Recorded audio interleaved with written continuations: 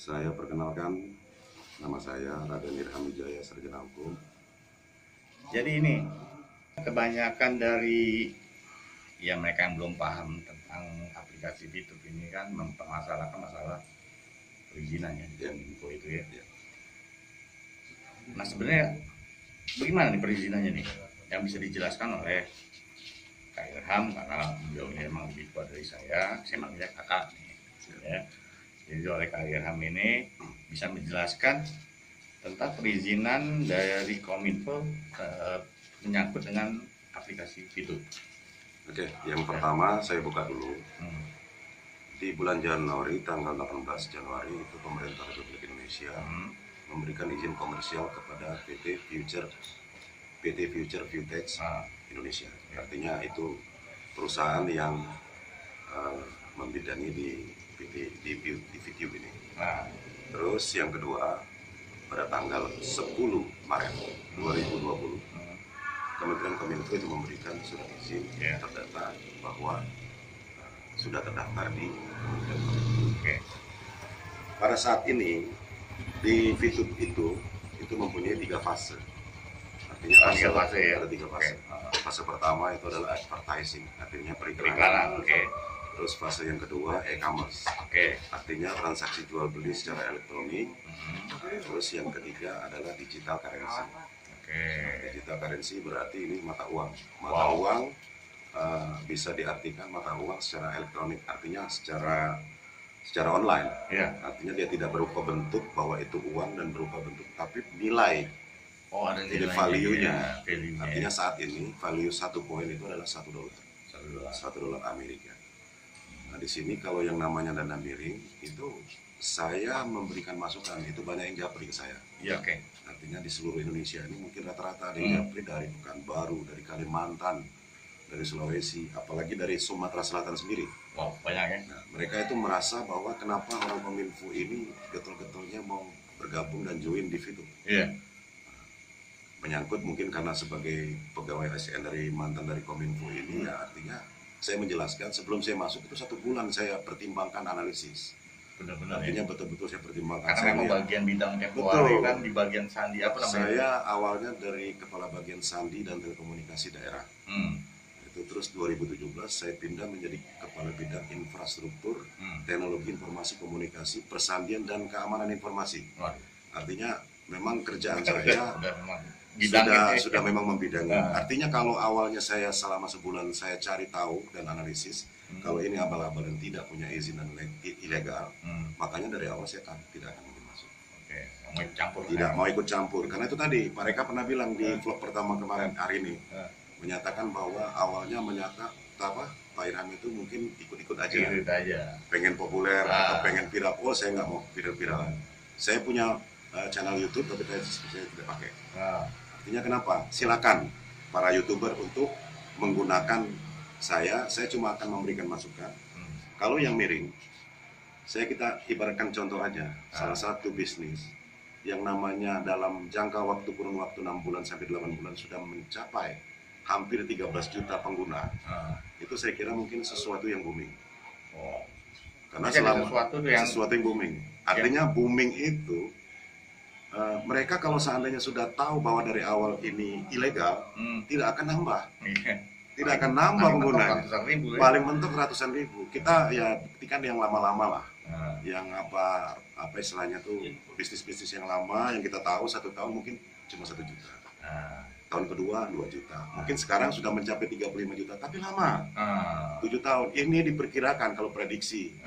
Secara analisis saya pribadi, kalau sudah sampai 6 bulan itu mencapai 13 juta, artinya 2021 akhir Desember 2021 bisa mencapai prediksi. Bukan ada yang bilang, tapi prediksi saya dengan meningkatnya per hari hampir 400.000 pengguna masuk. Artinya servernya nggak sedikit, dia harus berubah versi dari 210, 212, 214, 213, 214 sekarang yang terakhir. Itu menyatakan bahwa betul-betul servernya itu membuat big data ini supaya terangkum menjadi satu, sehingga ya kalau servernya yang abal-abal yang di bawah target yang istilahnya tuh yang tidak bisa merangkum 400.000 masuk, selesai.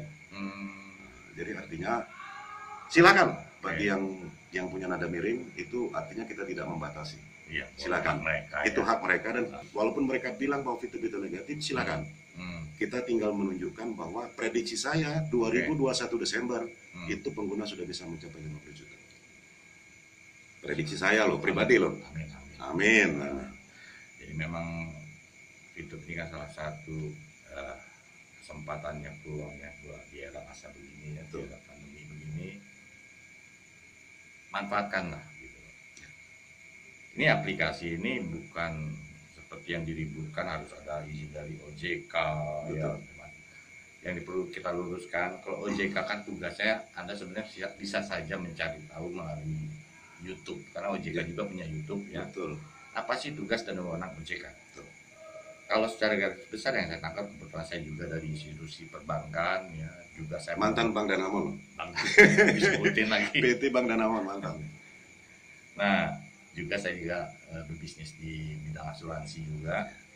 Jadi semua institusi yang sifatnya menghimpun dana masyarakat, ya, menghimpun dana masyarakat dan mencairkan lagi dananya itu harus diawasi oleh OJK. Itu seperti asuransi, perbankan, fintech, ya, koperasi. Itu yang semua sifatnya menghimpun dana itu yang harus izin dan terdaftar diawasi oleh OJK. Kalau masalah aplikasi VTube ini tidak menghimpun dana masyarakat, dia memberikan gratis. Betul.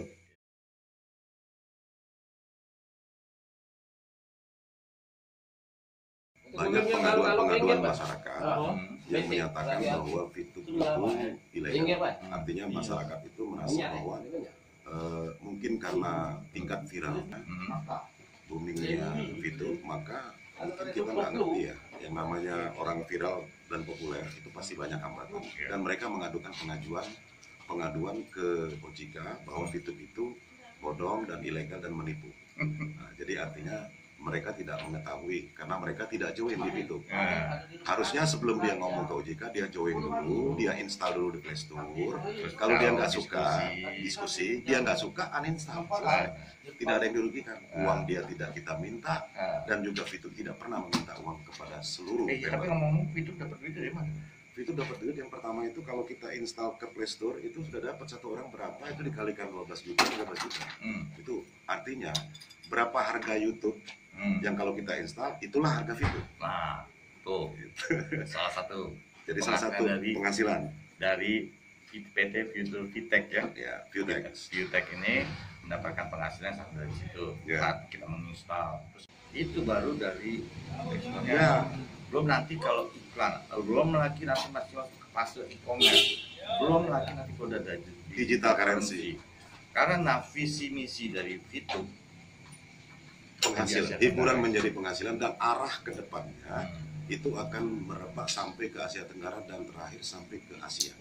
Artinya nanti suatu saat, bukan tidak mungkin, orang beriklan di VTube itu tidak pakai dolar, tidak pakai uang kontan, tapi dia pakai poin.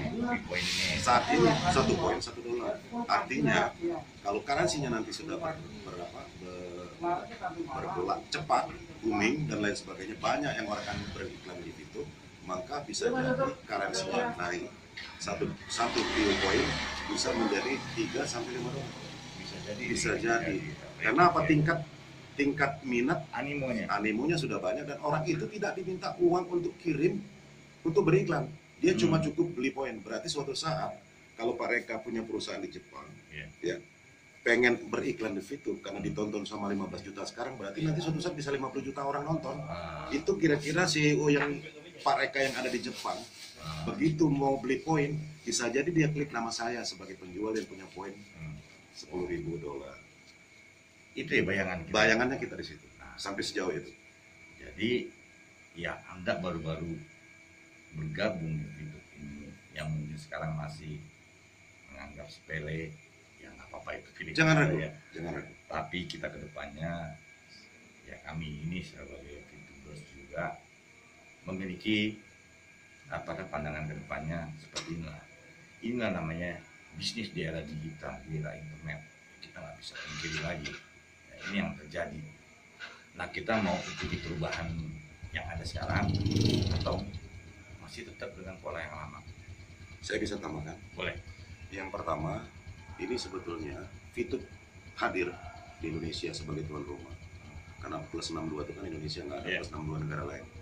Artinya, dengan adanya pandemi COVID-19, semua penduduk itu pada saat itu, di bulan Maret, itu dihimbau untuk di rumah saja. Apapun di rumah saja. Sekarang timbul VTube di tanggal 20 April 2020, 1 bulan COVID muncul, 1 bulan VTube keluar.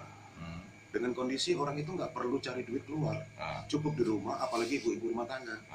Dia masak jam 8, dia scroll 1 kali nonton, jam 9 nonton lagi sampai jam 3 sore, itu udah selesai 10 iklan.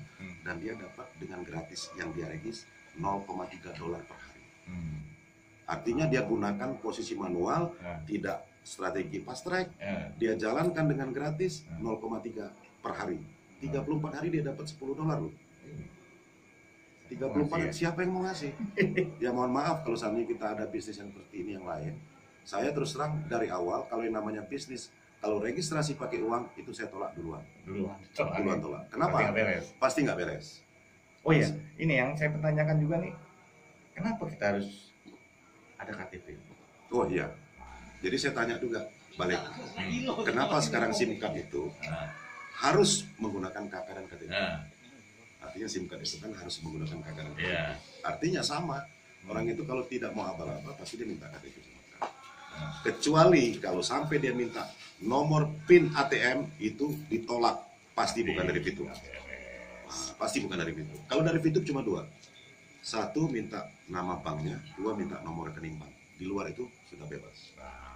Artinya ini sama dengan kita bikin SIM card baru. Kalau kita beli kartu apapun, pasti diminta untuk registrasi. Kalau nggak ada NIK KTP atau NIK KK, itu tidak akan bisa masuk. Dan registrasi tidak bisa.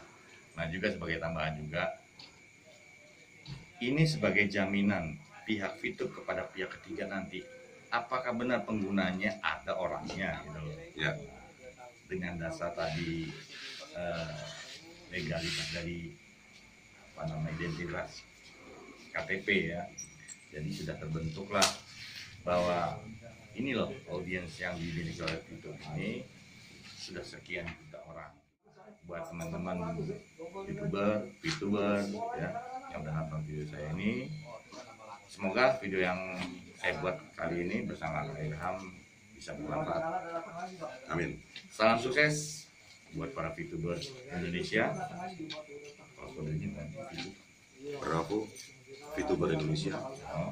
Go Diamond. Bye. Bye.